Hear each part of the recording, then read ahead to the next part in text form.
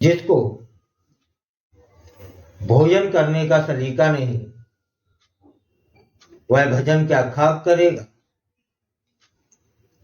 हम बात कर रहे हैं आने वाले गिद्ध भोज मौसम की। गिद्ध भोज अर्थात वफे, वफर, ये शब्द प्रचलन में है। आजकल क्या शादी विवाह पार्टियों में देखा गया है कि भोजन के स्टॉल लगा दिए जाते हैं। सब्जियां, पूरियां, रोटियां, मिठाइयां इत्यादि, जिसकी जैसी सामर्थ्य होती है। और भोजन कैसे करते हैं? खड़े खड़े प्लेट में लेकर, है ना।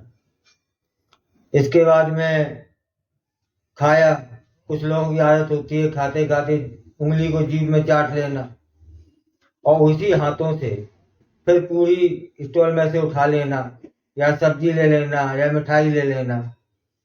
माने हमने उसको भी जूठा कर दिया, और वो जूठे भोजन को कोई दूसरा आता है, तीसरा आता है और उसी जूठे भोजन को लेता है और पाता है। बताइए गिद्ध भोज हुआ कि नहीं हुआ? कुछ भी। और फिर भोजन कैसे करते हैं? खड़े खड़े। माने ये जो आहार नली है उससे ये भी प्रभावित होता है।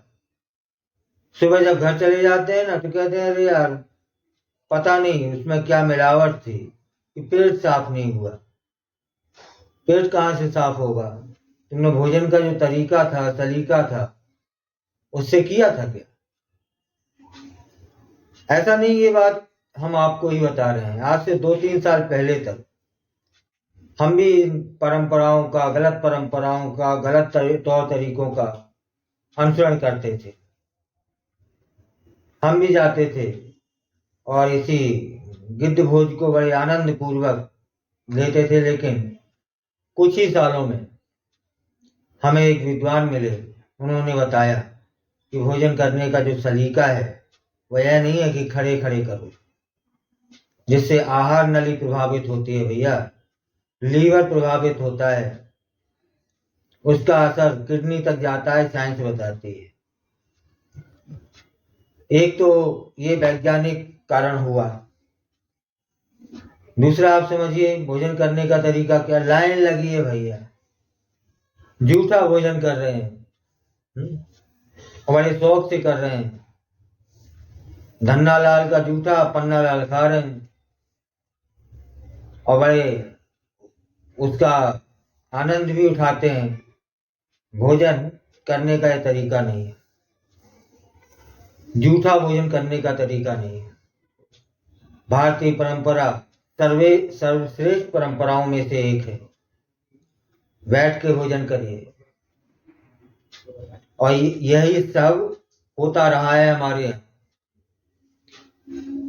फिर इतनी जल्दी पाश्चात्य संस्कृति को अपना रहे हैं जिसके कुपरिणाम हम सभी के सामने हैं।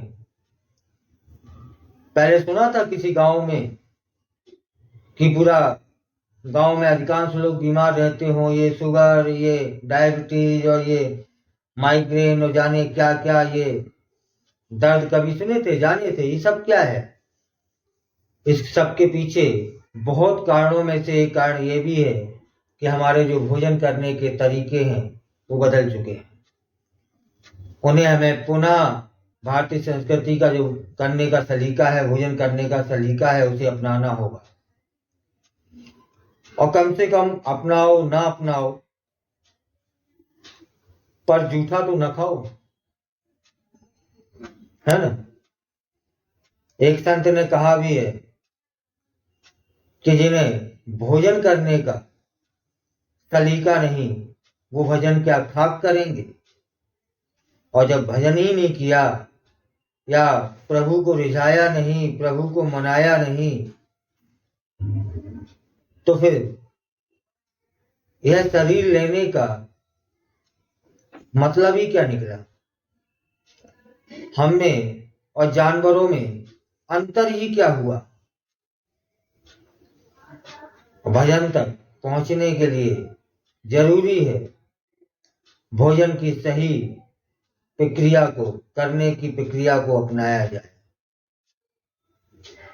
पहले जैसी पंक्तियों में जब भोजन होता था ना साहब, पेट भी भरता था, आत्मा भी संतुष्ट होती थी। अब जूठा भोजन करने जाते हो एक दूसरे का। अभी भी समय है, सब कुछ खत्म होने से पूर्व बचा लिया जाए। हमें अपनी